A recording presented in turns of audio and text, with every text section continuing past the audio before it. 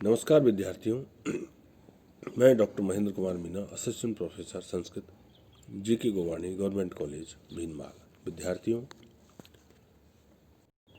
विद्यार्थियों पिछले 6 श्लोकों में हमने भर्तृहरि विरचित नीति शतक के पिछले 6 श्लोकों में हमने मूर्ख व्यक्ति को समझाना कितना दुष्कर है इस पर चर्चा की है।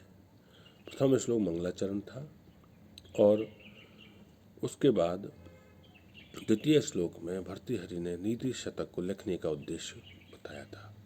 3 से और 6 तक श्लोकों में मूर्ख जन व्यक्ति को समझाना कितना दुष्कर है इस पर चर्चा की थी। अब हम श्लोक संख्या 7 से 9 का अध्ययन करेंगे। प्रस्तुत श्लोक में भर्तृहरि बता रहे हैं कि मूर्खों को की अज्ञानता को छुपाने का एकमात्र उपाय क्या है। वे कहते हैं, स्वायत्तम एकांत गुणम विधात्रा विनिर्मितम छादनम अज्ञतायाः विशेषता सर्वविदाम समाजे विभूषणम मौनम पंडितानाम। विधाता अज्ञतायाः छादनम एकांतहितम विनिर्मितम स्वायत्तम विशेषतः सर्वविदाम समाजे अपंडितानाम मौनम विभूषणम। अर्थात विधाता ब्रह्मा ने अज्ञानता को आच्छादित करने का केवल एकमात्र गोपनीय कल्याणकारी उपाय बताया है, मौन रहना। विशेष रूप से सर्वज्ञ विद्वानों की सभा में मूर्खों के लिए मौन रहना उनका आभूषण बन जाता है। अगले श्लोक में 8वें श्लोक में भर्तृहरि कहते हैं कि किसी अनुभवी मनुष्य के द्वारा दूसरों के प्रति स्वानुभाव प्रकट करने का निर्देश देते हुए कहते हैं भर्तृहरि कि यदा किंचित अज्ञो अहम द्वीप इव मदान्धः संभवम तदा सर्वज्ञो अस्मि इति त्यद्भव बद्वलिप्तं मम मनः यदा किंचिद बुद्धजन सकाशाद अवगतम तदा मूर्खो अस्मि इति ज्वर इव मदो में व्यपगतः। यदा अहम किंचित ज्ञ तदा द्वीप इव मदान्धा संभव। जब मैं कुछ जानकार समझदार हुआ तब मैं हाथी की तरह मद घमंड में चूर रहने लगा तथा मेरा मन भ्रमित हो गया था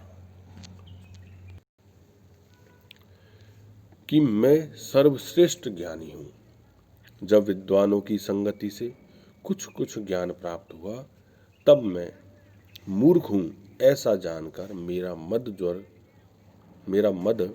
की भांति उतर गया। अर्थात मनुष्य जब थोड़ा कुछ जान लेता है तब वह मदमस्त हाथी की तरह मदान्ध हो जाता है और ज्ञान से शून्य होकर अपने को सर्वज्ञ मान बैठता है। किंतु विद्वानों के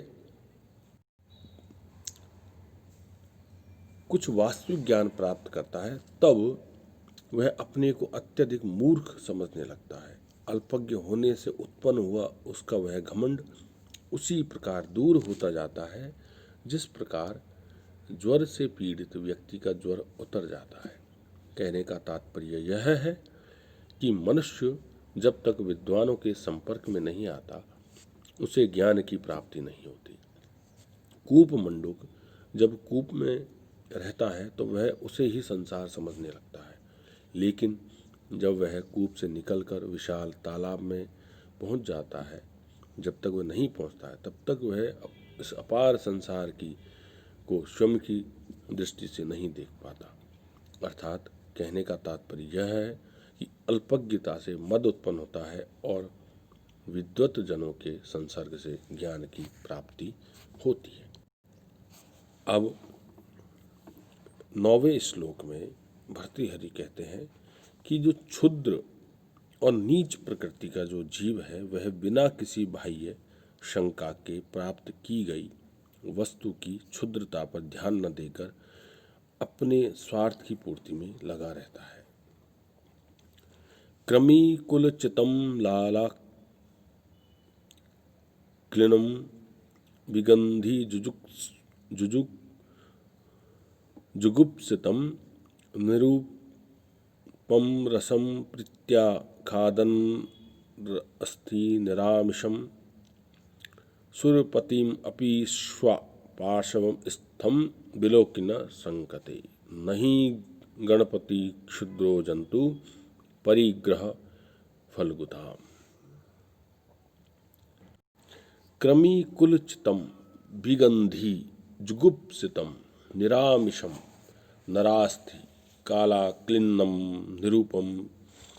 निरुपम रस प्रीत्या खादन श्व पाशम स्थम सुरपतिम अपि विलोक्य न संकते क्षुद्रः जंतु परिग्रह फलगुताम न ही गणपति। कीड़ों से भरी हुई दुर्गंध युक्त घृणित मांस से रहित मनुष्य की हड्डी के लिए लार टपकाता हुआ अद्भुत प्रकार के चटकारे लेकर चबाता हुआ कुत्ता अपने बगल में खड़े हुए इंद्र देवाधिपति को देखकर भी सशंकित नहीं होता, अर्थात उत्श्रंखल नीच स्वभाव वाले जीव प्रिय वस्तु की व्यर्थता पर ध्यान नहीं देते। अर्थात जब कीड़ों से भरी हुई दुर्गंध युक्त घृणित मांस से रहित मनुष्य की हड्डी के लिए लार टपकाता हुआ कुत्ता आनंद पूर्वक उसे चबाता है और उसके स्वाद का अनुभव करता है, उस समय यदि देवराज इंद्र भी उसके सम्मुख खड़े हो जाएं तो भी वह नीच कुत्ता उस घृणित हड्डी चबाने के आनंद को नहीं छोड़ता और न लज्जा का अनुभव करता है। कहने का तात्पर्य यह है कि नीच प्राणी किसी भी तुच्छ या घृणित वस्तु को अपना लेता है, उसी में वह परम आनंद का अनुभव करता है, उसे किसी की परवाह नहीं होती है। बहुत बहुत धन्यवाद।